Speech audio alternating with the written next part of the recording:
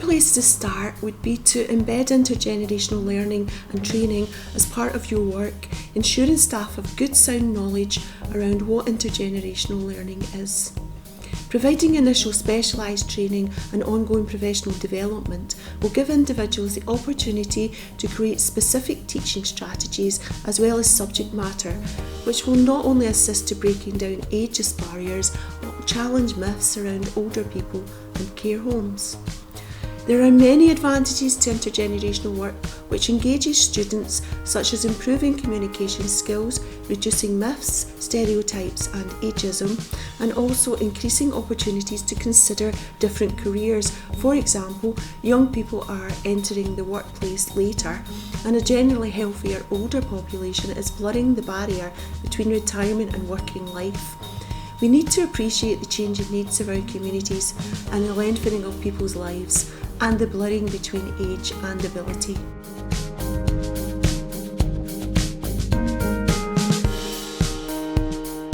Plan your introductions carefully to encourage the connections between the different generations at the beginning of an activity, workshop or project. It is key to building trusting and long-lasting relationships. There is training available on how to do this, showing how to prepare each generation for their first meeting together. The planning stage is so important, and if it goes wrong at the early stages, it can be detrimental for your course or project. The groups often need to be prepared to meet each other, and it is encouraged that work is done separately with each generation before they meet the other. That way you can iron out any challenges or barriers. If the generations come together at the same time for a course, then you need to create ways of breaking the ice gently and building trust between the different age groups.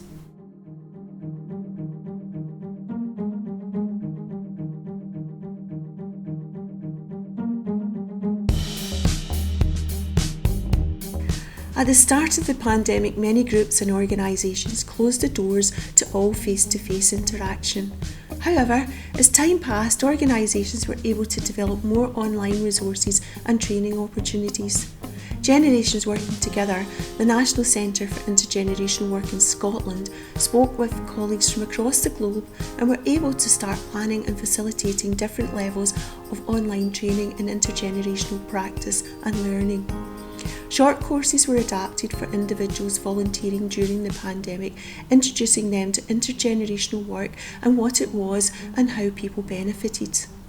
Other courses have been developed, including a one-day course for trainers and practitioners and an accredited 7-week diploma.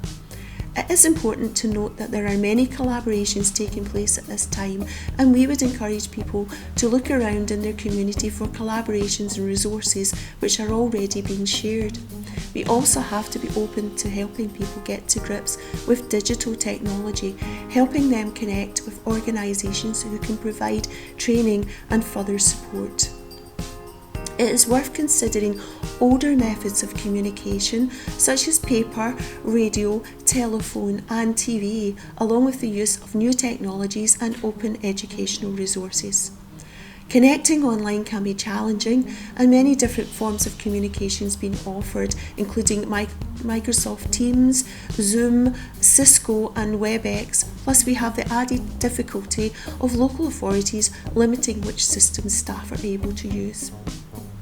Although getting adult learners' digital skills improved can be a challenge, we believe that intergenerational work can enhance the skills gap in digital, with older adults and younger adults sharing skills online.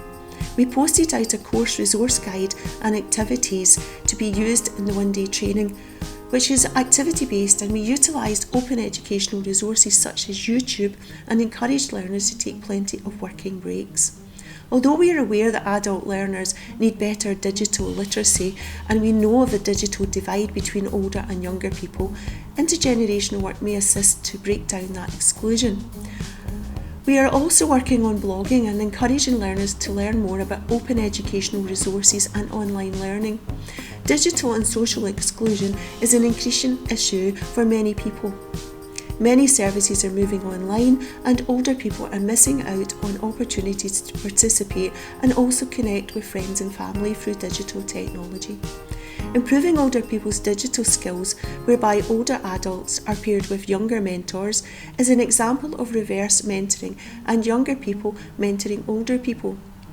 This could decrease social isolation for older people, increase their self and digital confidence, and develop leadership skills through interactions with younger people gaining in confidence through the process. This calls for lifelong education and training that can help all generations adapt to it.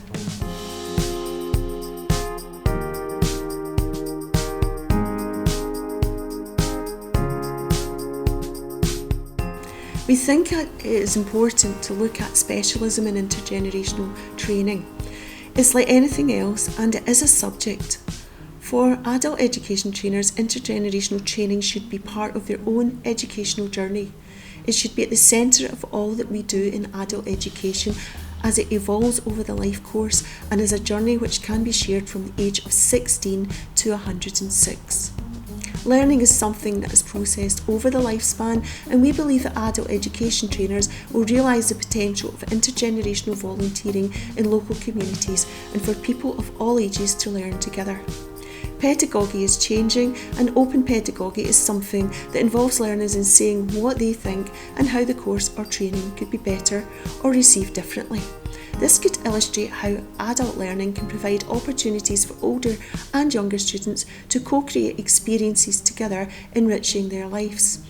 Active communities have a key role to play in meeting these generational challenges. Communities and a strong sense of place strengthen intergenerational bonds by bringing generations together and sustaining shared loyalties. Communities may also help to directly tackle skills, care and housing shortages through innovative local initiatives.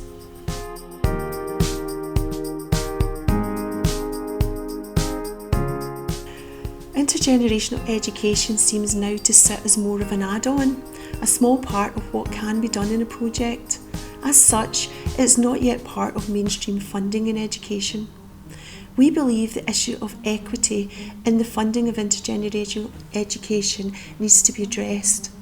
The relationship between older and younger generations is still defined by mutual support and affection.